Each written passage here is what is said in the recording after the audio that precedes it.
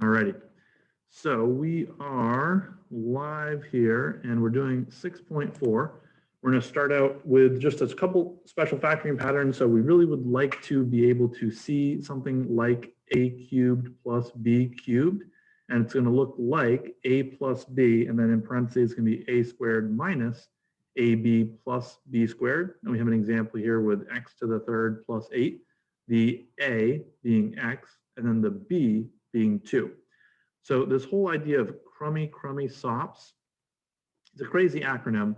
I don't typically use it, but I do throw it out there because I at least think it's funny, is that we have cube root. So crummy is cube root. So the cube root of this thing is A, cube root of this thing is B.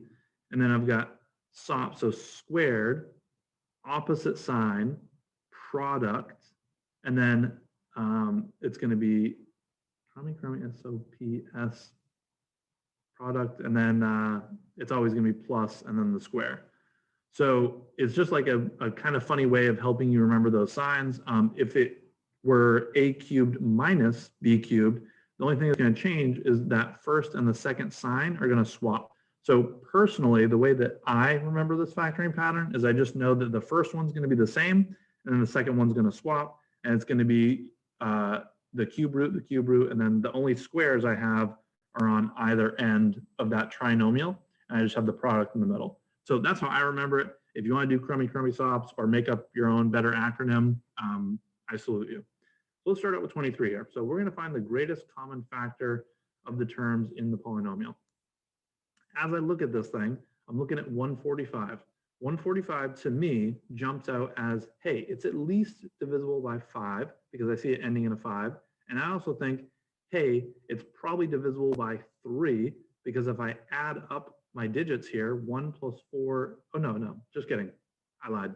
So I thought for a second this was 143 instead of 145. That's my bad.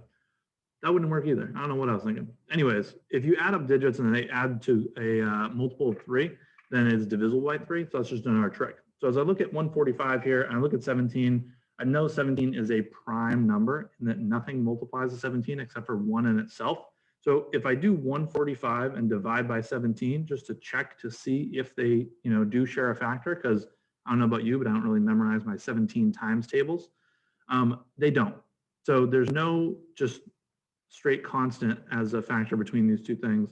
The first one is x to the 9th, and the next one is just a constant. There's no x's, so there's nothing I can do. There's no greatest common factor. So here it would just be 1.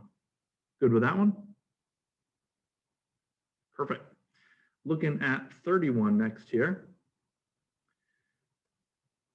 We're going to match the polynomial with its factorization. So I would just say factor this thing. I mean, we can worry about like the matching part afterwards, but it's going to become obvious to us kind of quickly in terms of what it's going to be. And I want to first start out by looking at constants, which I'll underline in red, because I'm looking for greatest common factors. And typically when I do this, I break it up by type, right? Constant is a thing. X is a variable is a thing. If I had like some Y's or some Z's or some smiley faces, right? Those are all different variables. Those would be a thing. So in the in the red category in the constants, I see that 2 is constant to all of these terms. I see 4 and 8 have 4 in common, but it needs to be common to all. So the 2 is kind of the lowest denomination, so we use 2. If I were to factor out a 2, then what would this stuff become? So the first one would just be a 1, which I'll write a 1, but typically we wouldn't do that. And then the 4 would become a 2, so I'll write plus 2. And then my other 4, which was a negative 4, will now be minus 2. And then my 8, which was a negative, is now going to be minus 4. Now let's talk about our x's. Here I have x to the 5th, x to the 4th, x to the 3rd, and x to the 2nd. So the highest degree that I can take out is going to be the lowest degree common to all of them. So I look at this and I say, okay, they all at least have x squared. So I'm going to factor out x squared. Now here I'm going to pause for a minute before I go through and explain all these, because it's just going to be knocked off by 2. Do we already have our matching answer? Ding, ding, ding, we have a winner. So if I were to continue, it would look like this. So my x to the 5th gets knocked down 2, and now it's x to the third. My x to the fourth now becomes x squared. My x to the third is now x, and then my x to the second is now just a 1. So I'm not going to write a 1, or I guess I will write a 1, right? Because it's x to the 0. X to the 0 is 1, so it's just a 1 there. Okay, cool. Could we now factor this thing if we wanted to go further? Yeah, we could. Our answer is already sitting right here in front of us, so we don't really need to. And for the sake of time, I'm going to stop here. But if you did want to continue, I have x cubed plus 2x squared minus 2x minus 4. I'm going to do some factor by grouping there, and I would be able to factor that thing. Any questions on that? Perfect. I'm sorry, but for 23, sorry, didn't ask. But for 23, would you just leave it as that? Yeah. So when it says find the greatest common factor in terms of this thing, it would just be 1. Oh, okay. So like fully factored form, it would look exactly the same. Oh, okay. Thank you. Yeah, my pleasure.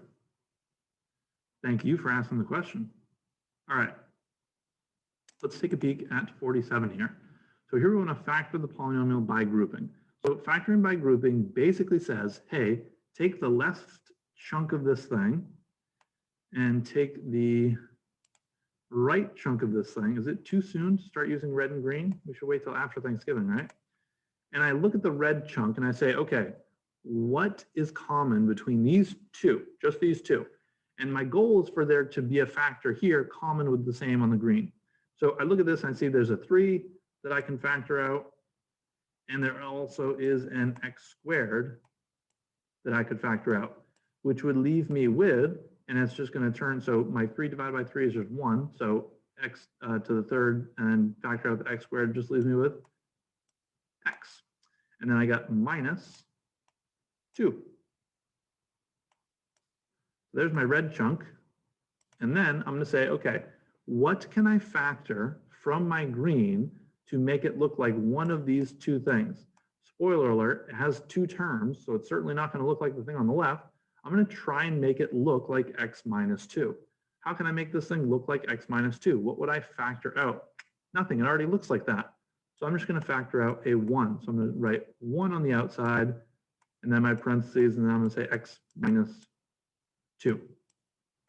From here, I now look at this thing and I say, okay, so I've got some chunks underneath here, and I'm going to choose a different color so we're not screwing the color scheme up. Heaven forbid we screw up the colors. This thing is different. This thing is different, but this one and this one are the same. So what I'm actually going to do is I'm going to factor that out of those two. So what it looks like is I have a red chunk and a green chunk, and I'm factoring out this orange bold line, x minus 2. When I do that, it will look like this. X minus 2 sitting on the left, hanging out. And then what was left over? Well, what was left over from the first thing was this 3x squared. And what was left from the second thing, it was just this positive 1. So again, all I've done is I've taken a thing out, just like we did before. It's just my thing now was an x minus 2, some binomial. Cool, okay. So now I look at this and I say, is there any factoring I can continue to do here or here? And there is not, so we are done. So my fully factored answer would just be x minus 2 times and then 3x cubed plus 1, or excuse me, 3x squared plus 1. Any questions on that one? Perfect. We really left ourselves a lot of room on that. Find the real number solutions for the equation. So real means no imaginary stuff. It can be messy, right? We can deal with really messy. We just can't deal with imaginary. So let's start with 75. So as I look at this thing, I have 3x to the 7 minus 2, 4, 3, which is divisible by 3 because I'm using my brain and adding the digits up, and they are a multiple of 3, equals 0. The first thing I always want to do is try and get my greatest common factor between them. And so I look at this and I say, okay, 3 is divisible. And you can always just use a calculator too. Like if you're thinking like, I don't know, maybe 243 is divisible by 3, Just do 243 divided by 3. Absolutely. So it gives us a 3, which I wouldn't typically do this, but I'm just going to write a 1 in here just so we have it represented. Red is my constants. And then I've got minus 81. And then let's talk about the x's. I have x to the 7 and x to the 3, so I can factor out x to the 3rd. And then I'm going to have x to the 4th here. And this is going to be just a 1 because I factored it out. And now that thing is equal to 0 still. So I'm going to focus on the left chunk of this thing and on the right chunk of this thing. Because what I have is my zero product property, which says if I have one thing times another thing and it equals 0, I can have basically one of 3 scenarios. The thing on the left is 0, and then I don't care about the thing on the right. The thing on the right is 0, and I don't care about the thing on the left, or they could both be 0. Okay. So as I look at this, I'm going to set each individually equal to 0. So if I set 3x to the 3rd equal to 0 and solve, I'm going to get one solution or multiple solutions depending on what my degree is.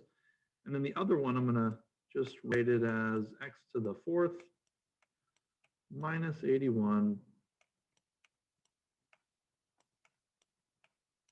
equals 0. So this one is pretty easy to solve. I'm going to, oh no, clicker, where'd we go? There we go. So I'm going to divide by 3. Boom, there we go. Take my cube root. So again, with cube roots, I'm only going to get one solution. It's even roots. I have to be careful to do the plus or minus. And I get x equals 0. I get that 0 3 times. It's a repeated 0, but that's okay. That's not what we're looking at now. Maybe a little hint for what's to come in the future. So we're good with that. Then I'll look at this bad Larry over here, and we're saying, okay, how do I solve this thing? Well, there's multiple options for what you can do. One is you can just add the 81 over, and you can take the 4th root. Just keep in mind that when we take the 4th root, it's got to be positive or negative, or we could factor this thing. Since we're in the season of factoring here, we're going to just factor it. So this x to the 4th, to me, looks like I have x squared squared. And then this 81 to me looks like I have 9 squared. Well, why is that helpful? Because that's my difference of 2 squares. So now I'm going to factor this thing to look like x squared plus 9 and x squared minus 9.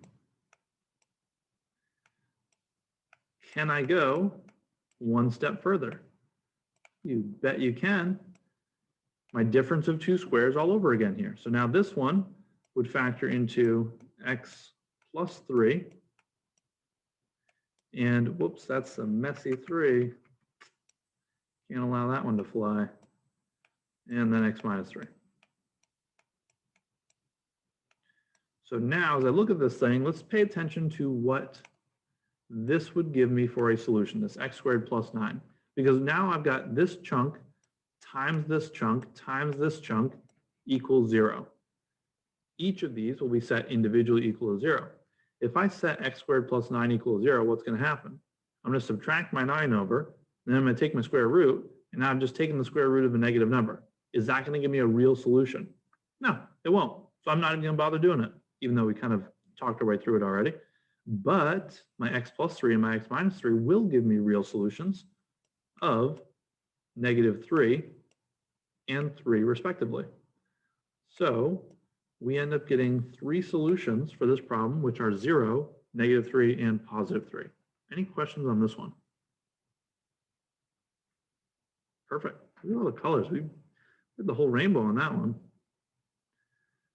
Let's talk about packing. We have a candy factory, needs a box that has a volume of 30 cubic inches. I'm going to assume we know what volume is, and I'm going to leave the units off there, but it would just be inches and then third. raised to the third, excuse me. The width should be 2 inches less. So let's talk about this. So W equals H minus 2.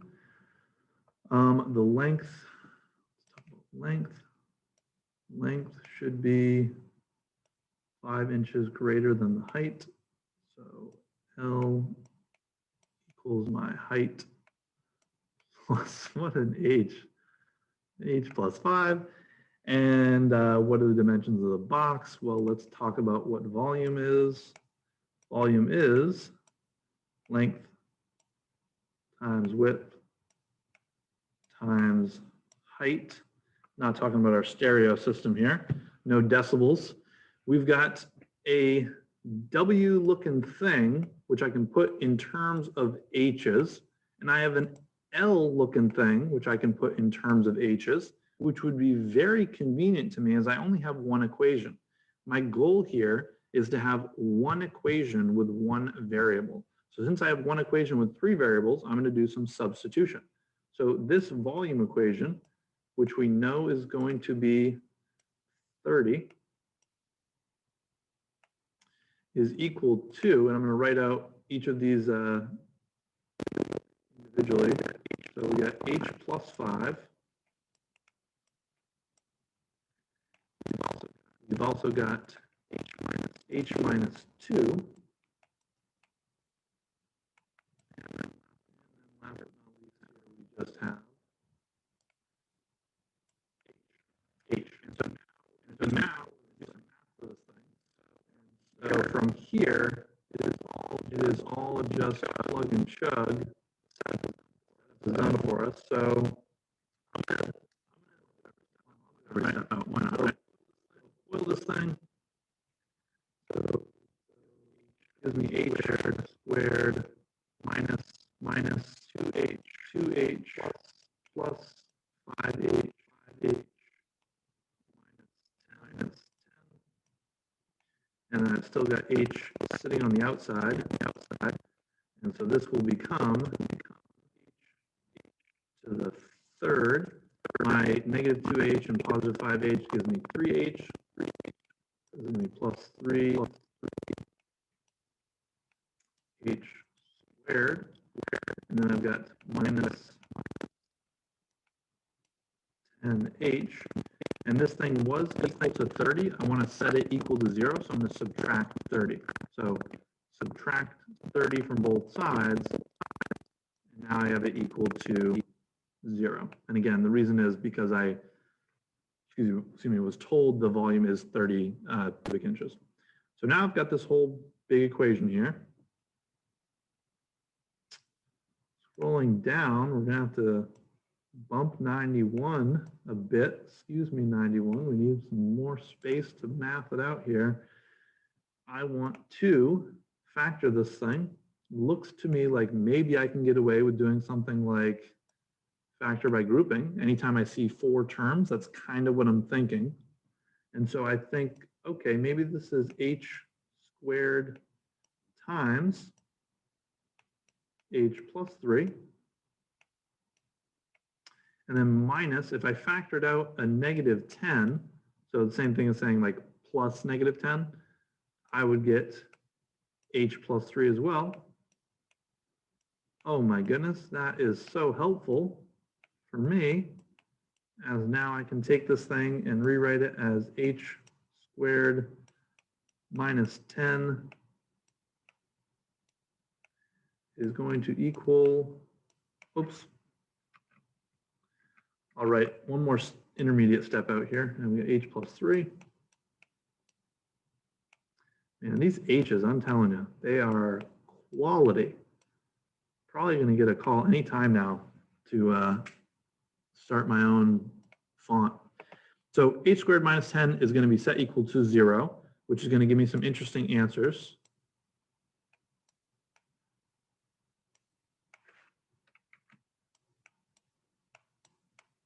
And then I'm going to look at this other one. I'm going to put it way down here because that's about how I'm thinking about it.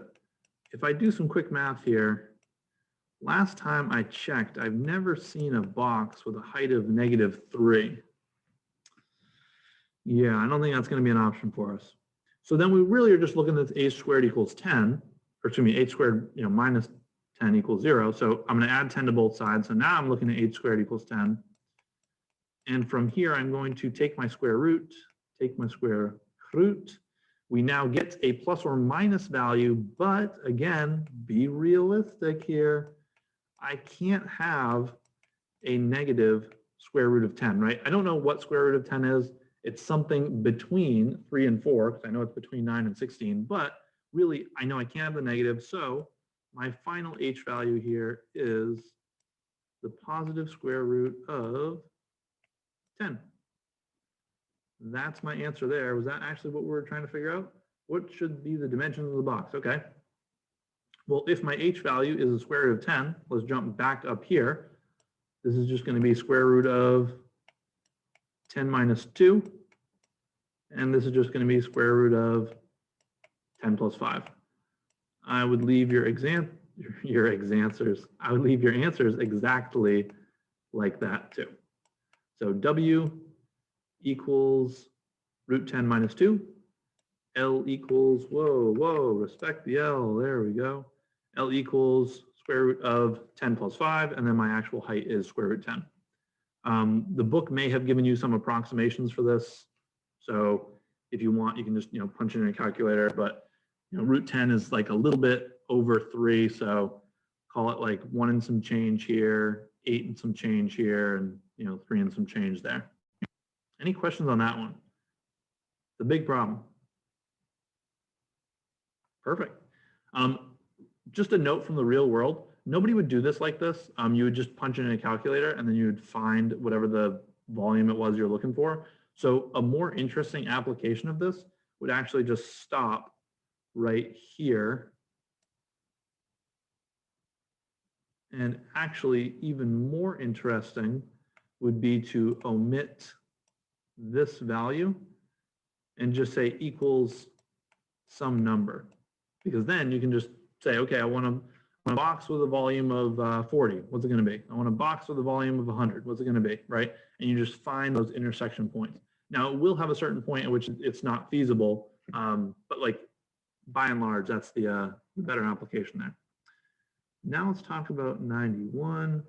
Suppose we have a pyramid like the one in the sculpture, 3x feet high, has a square base measuring x minus 5. Volume is 250. What are the dimensions of the pyramid? So this is really just the same thing all over again. It's just a different volume formula. So it's going to be base times height. My base for this thing, so since a base measures x minus 5 on each side, the base itself is going to be x minus 5 times x minus 5.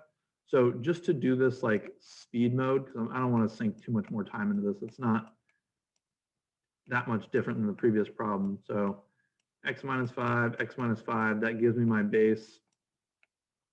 So that's the b value here. The height we're told is 3x. And then we're saying the volume is 250. So since my volume formula is 1/3 base times height, I'd set it up like this, and I would just solve exact same thing as we just did. The 1/3 cancels off with 3 here, so it's going to be x squared minus 10x plus 25, and then we multiply that with another x. We subtract off the 250. We do some factoring. Not that interesting. I'm going to call it good unless anybody really wants to see it done. Cool. All right. That is going to wrap up 6.4.